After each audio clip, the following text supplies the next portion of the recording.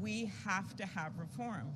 Two major areas. One is privacy legislation. The thought that we've had this major transformation in our economy and there is no federal privacy legislation that has been changed or passed. Secondly, consolidation. One of the reasons this is happening is because these dominant platforms have bought out everything in sight. They were allowed to buy Instagram. Now we'll never know if Instagram on its own would have developed better provisions for kids, more privacy, more provisions on misinformation, because they gobbled them up. In the words of Mark Zuckerberg, the head of Facebook, he'd rather buy than compete. Those were his words, not mine. And as he once said, those brands may be nascent, but they could be disruptive to us. He was referring to Instagram, WhatsApp. Well, guess what? They are disruptive to them in a very different way than they expected. So my hope coming out of this is we get a clear pathway with the public behind us on finally passing privacy legislation and doing something to upgrade our competition policy so that these platforms can't buy everything in sight, and they also have some rules of the road when it comes to misinformation and when it comes to their behavior where they are preferencing their own products. All of these things have led to where we are today. And I don't care how many lobbyists they hire. I don't care that every corner you go around you find one. The time for action is now. Do you see it undermining democracy specifically? Yes, I think it has had an effect on our democracy. The algorithms that put out and promote the polarizing content. The fact that this misinformation has been allowed to spread, not only on Facebook, but on other platforms as well, is in part because of their algorithms. So a lot of this has to do with transparency with the algorithms and their admission, which we need to hear, this is done for profit. Facebook every quarter gets $51 on each and every one of you in America. $51 per user per quarter on advertising revenue. That's because they're taking their data and then they're putting it out. And they don't care if you're 80 years old or 13 years old. That's what we're going to hear about today. How do you make these laws without... Thank you.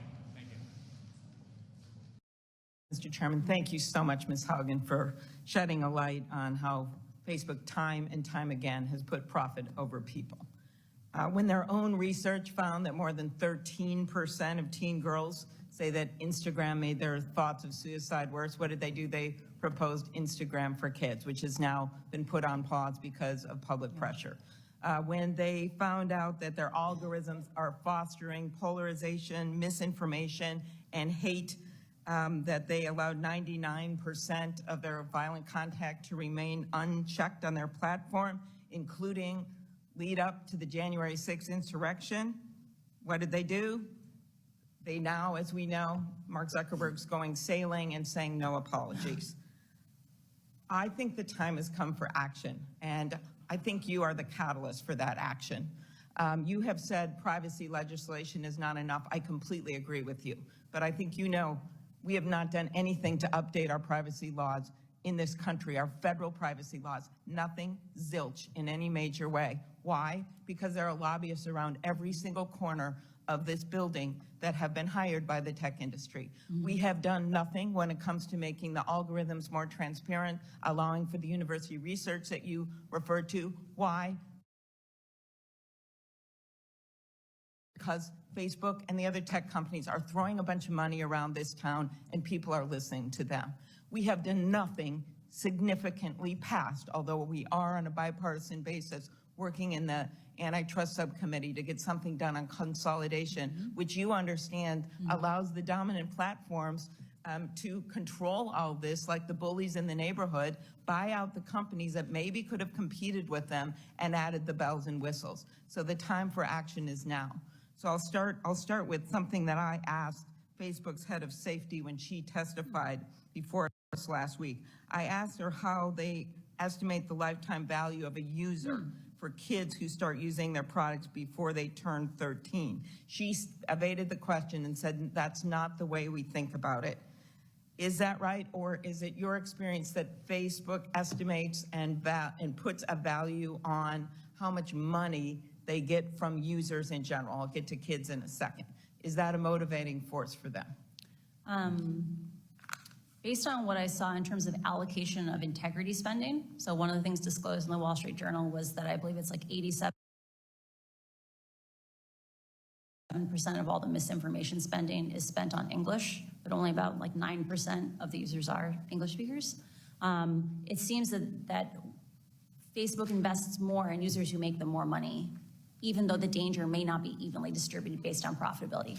Does it make sense that having a younger person get hooked on social media at a young age makes them more profitable over the long term as they have a life ahead of them? Facebook's internal documents talk about the importance of getting younger users, for example, tweens, onto Instagram, like Instagram Kids, because they need to have, like, they know that children bring their parents online and things like that. And so they understand the value of younger users for the long-term success of Facebook. Facebook reported advertising revenue to be $51.58 per user last quarter in the US and Canada. When I asked Ms. Davis how much of that came from Instagram users under 18, she wouldn't say. Do you think that teens are profitable for their company? I would assume so, based on advertising for things like television. You get much substantially higher advertising rates for customers who don't yet have preferences or habits.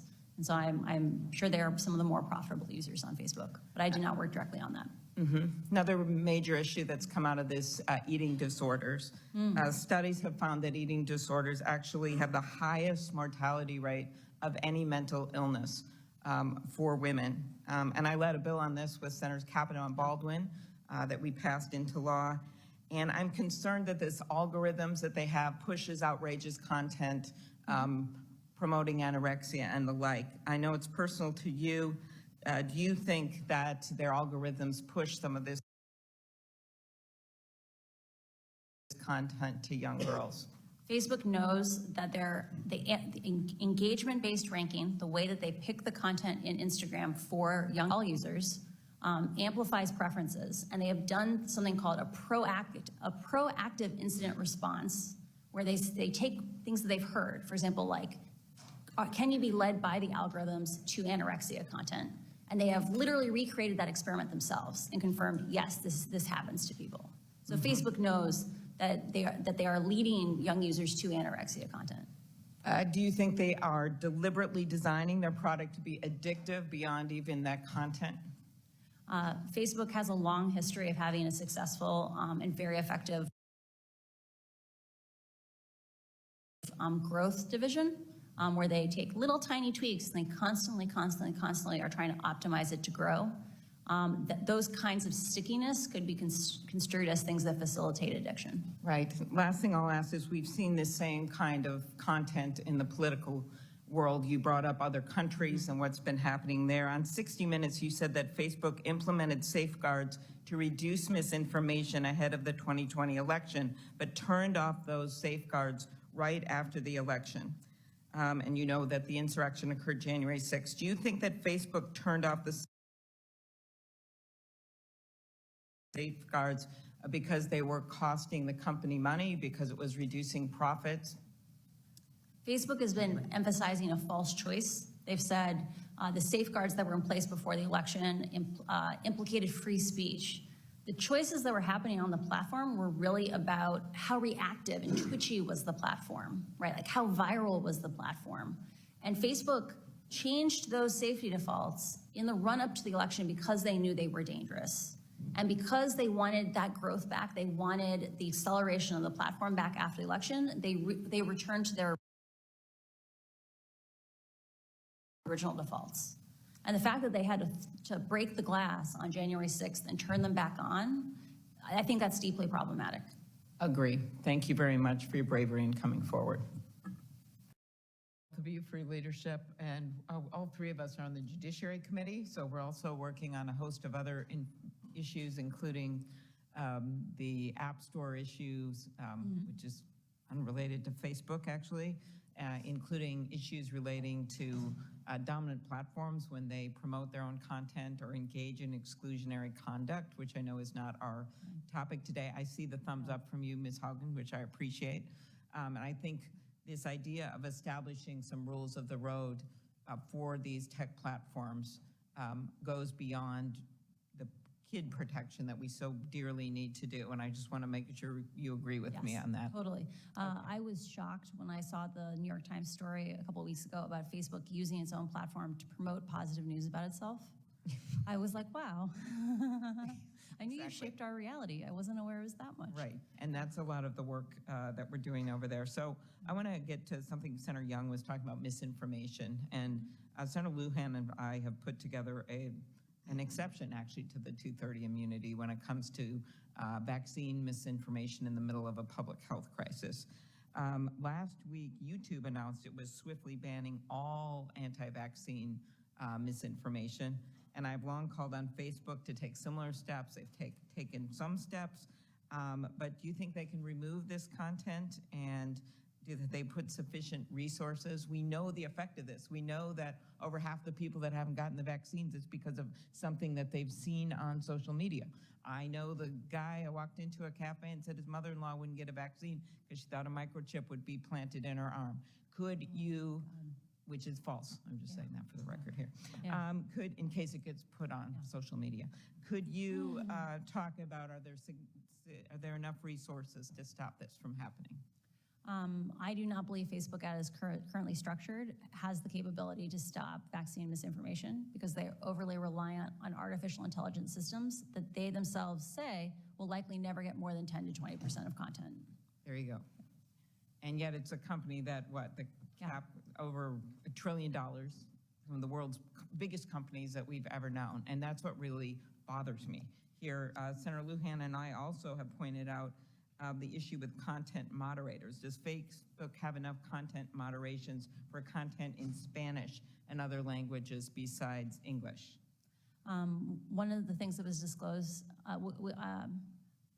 we have documentation that shows how much operational investment there was by different languages, and it showed a consistent pattern of underinvestment in languages that are not English.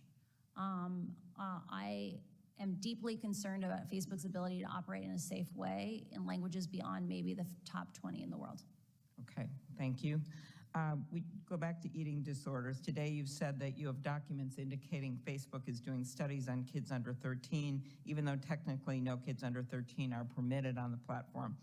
The potential for eating disorder content to be shown to these children raises serious concerns. Senator Blumenthal's been working on this. I've long been focused on this eating disorder issue, given the mortality rates. Are you aware of studies Facebook has conducted about whether kids under 13 on the platform are nudged towards content related to eating disorders or unhealthy diet practices? CNN also did investigation on this front. I have not seen specific studies regarding eating disorders in under the age of 13, but I have seen research that indicates that they are aware that teenagers coach tweens who are on the platform to not reveal too much, to not post too often, and that they have categorized that as a myth that you can't be authentic on the platform, and that the marketing team should try to advertise to teenagers to stop coaching tweens that way. So I believe we've shared that document with Congress already. Exactly. Well, thank you, and we'll be looking more. Speaking of the research issue, Facebook has tried to downplay the internal research that was done, saying it was unreliable. It seems to me that they're trying to mislead us there. The research was extensive, surveying hundreds of thousands of people traveling around the world to interview users. In your view, are the internal researchers at Facebook who examine how users are affected by the platform, is their work thorough? Are they experienced? Is it fair for Facebook to throw them under the bus? Facebook has one of the top-ranked research programs in the tech industry. Like, they've invested more in it than I believe any other social media platform. And some of the biggest heroes inside the company are the researchers, because they are boldly asking real questions and being willing to say awkward truths. The fact that Facebook is throwing them under the bus, I think, is unacceptable. And I just want the researchers to know that I stand with them and that I see them. Or maybe we should say, as the name of one book, The Ugly Truth. Yeah. What about Facebook blocking researchers at NYU from accessing the platform? Does that concern you? These are outside researchers. I am deeply concerned. So for context, for those who are not familiar with this research, there are researchers at NYU who, because Facebook does not publish enough data on political advertisements or how they are distributed, these are advertisements that influence our democracy and how it operates. They created a plugin that allowed people to opt in, to volunteer, to help collect this data collectively, and Facebook lashed out at them and even banned some of their individual accounts. The fact that Facebook is so scared of even basic transparency that it goes out of its way to block researchers who are asking awkward questions shows you the need for congressional oversight and why we need to do federal research and federal regulations on this. Very good. Thank you. Thank you for your work. Senator Klobuchar, prior to your arrival, we said good things about you and your work on Iowa. Well, better than bad things. So. Thank you very much, Mr. Chairman. Thank you for your leadership. I apologize for being late. We had an incredible hearing over in the Commerce Committee on the whistleblowers, allegations, and statements about Facebook. And I was thinking as I sat there, despite all of the hearings that we've had in this committee, it may be that one person is going to be the catalyst to finally passing bills, not just in the privacy area, which she herself said isn't enough, but in transparency for algorithms and also consolidation, which was specifically mentioned with the dominant platforms. Ms. Monaco, I know we're going to have a confirmation hearing on your new nominee for antitrust, but I only lead with that because the violent content is a part of this story as well. I would start with the fact that this has always been a bipartisan reauthorization so many times in the past. This bill is so important. And in your view, has the pandemic, where we saw in my own state, intimate partner violence rose more than 40% in 2020. Has the pandemic increased the urgency to reauthorize VAWA? Absolutely, it has, Senator. And I have been remarking this morning on my discussions with advocates and service providers, the people on the ground doing the work that is so urgently funded by the Violence Against Women Act.